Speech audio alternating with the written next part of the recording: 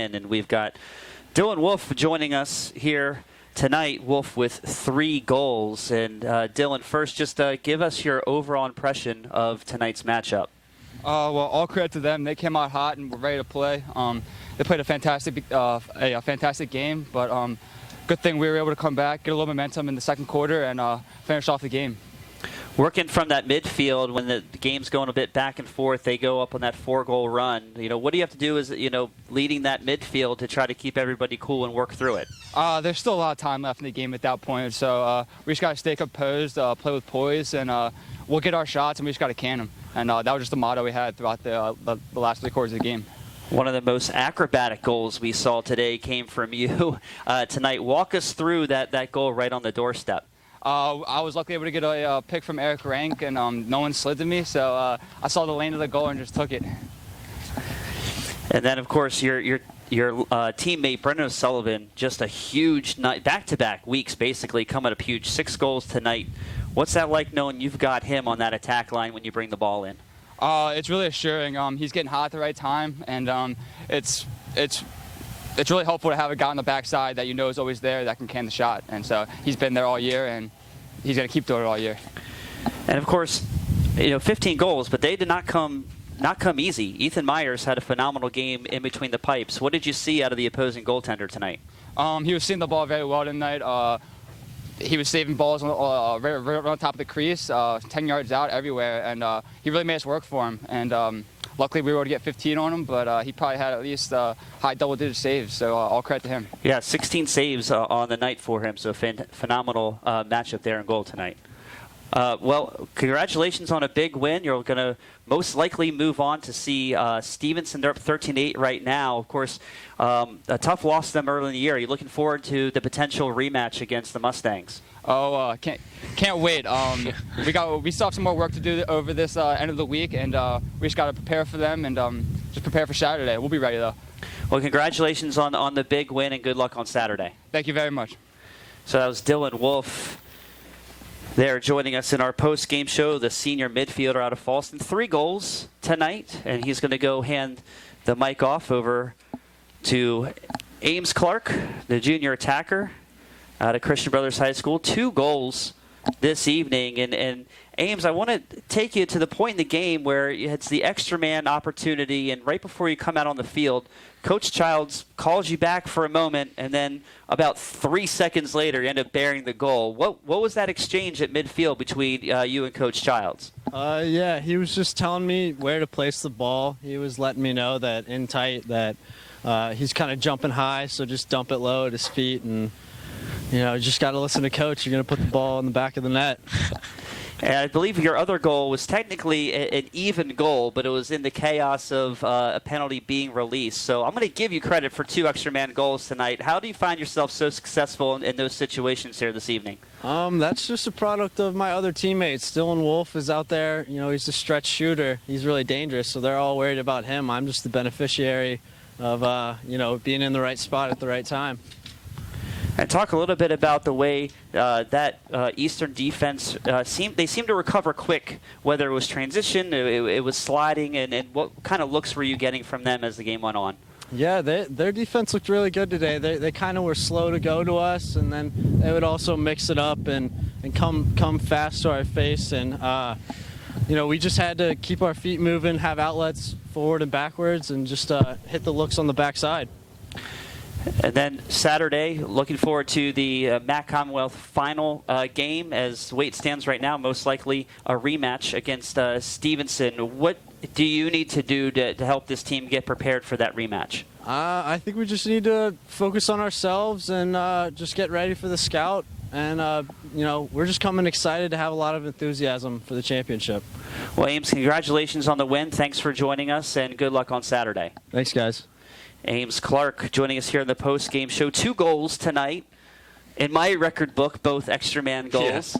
Yeah. As he hands the mic and the headset over to Coach Childs. And Coach, all game we were talking about how well we thought Ethan Myers, the goalkeeper for Eastern, played this evening. Just give us your impression of what you saw out of him between the pipes here tonight. Yeah, I thought he was fantastic and just a freshman, which is awesome. Yeah, we've seen him on film get in like some rhythm. I thought when they played Stevenson, he played great as well and got some early saves and got his confidence going. And I watched him in warm-ups, and he was making saves in warm-ups, and he just had a lot of good energy. As someone who wishes I was 18 and playing, I was digging it. I was digging his energy. So kudos to him on a great game, and he was definitely ready to play right from the time he showed up. So I was impressed with him, just the same as you were. Brendan O'Sullivan, 2 back-to-back games. I think 5 last week, 6 tonight, and a lot of his goals coming in creative fashion, shooting from all different angles. Well, what did you see out of Mr. O'Sullivan this evening? Yeah, he's just a goal scorer. All the way going back to when I recruited him, I stumbled upon him. I went to watch one of his classmates, Liam Radigan, play, and his nickname's Vito. So throughout the game, it was like, good goal, Vito, Vito, Vito, Vito. And you hear the word Vito so many times after balls are scored. You're like, all right, I got to figure out Vito. But he's literally been doing it since that day. He just has a knack for scoring goals and does it in, like you just said, like, in every which way you can. He did it today, dodging a little bit. He did it off the ball. He did it on man up. He did it. So, but yeah, he's just a goal scorer. I'm happy he's on our team. It seemed that throughout the course of the game that Eastern really wanted to try to attack the short stick mid, and those guys standing tall all game. Talk about that unit. Yeah, I think because you brought the unit up, I would tell you ground balls was the difference maker. I felt like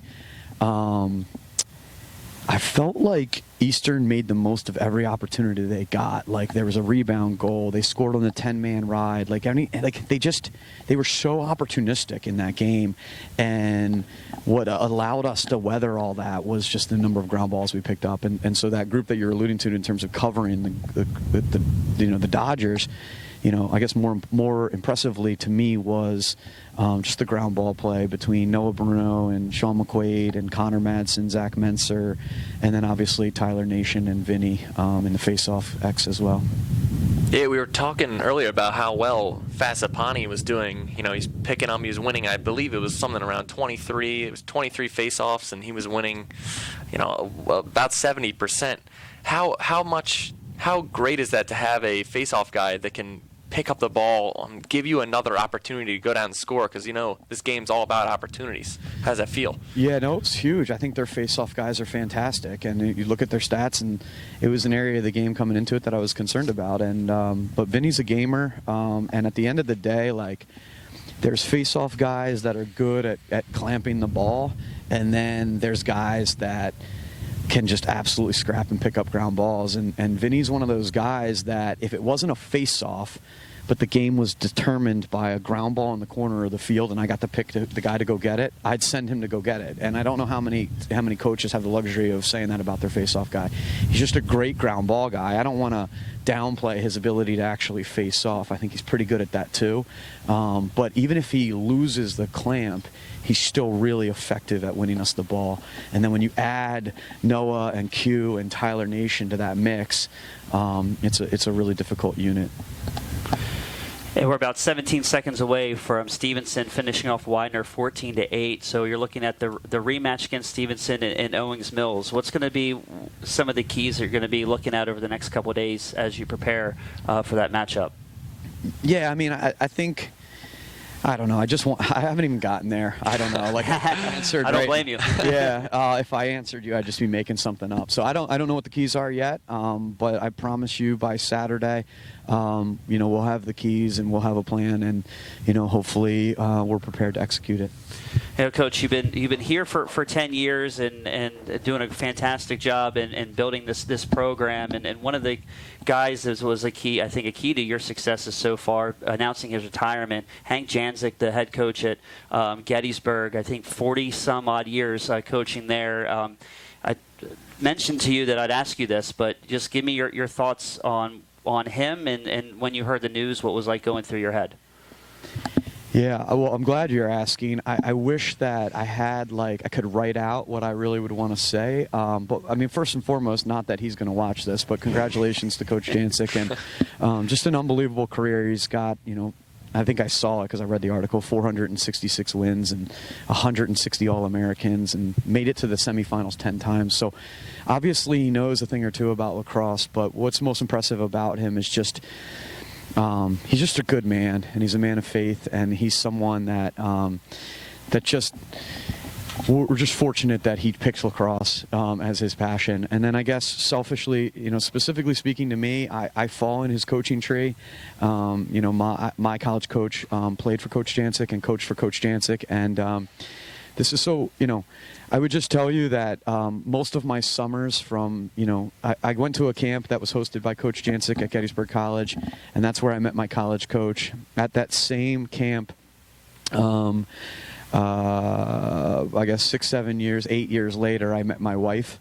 And at that same camp, 2 years after that, is where I really fell in love with the church. And it's just, it's impossible to think, I don't even want to think about what my life would be like if it weren't for going to that campus. And that's the impact that Coach Jancic had on me. And I never played for him, and I never coached with him.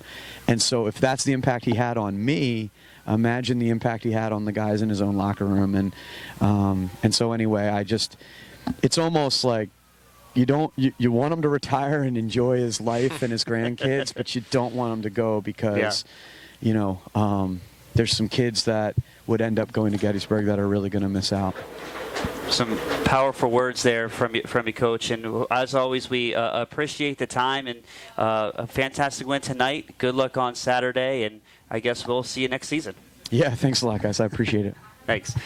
Coach Childs, 15-11 win over Eastern as they advance.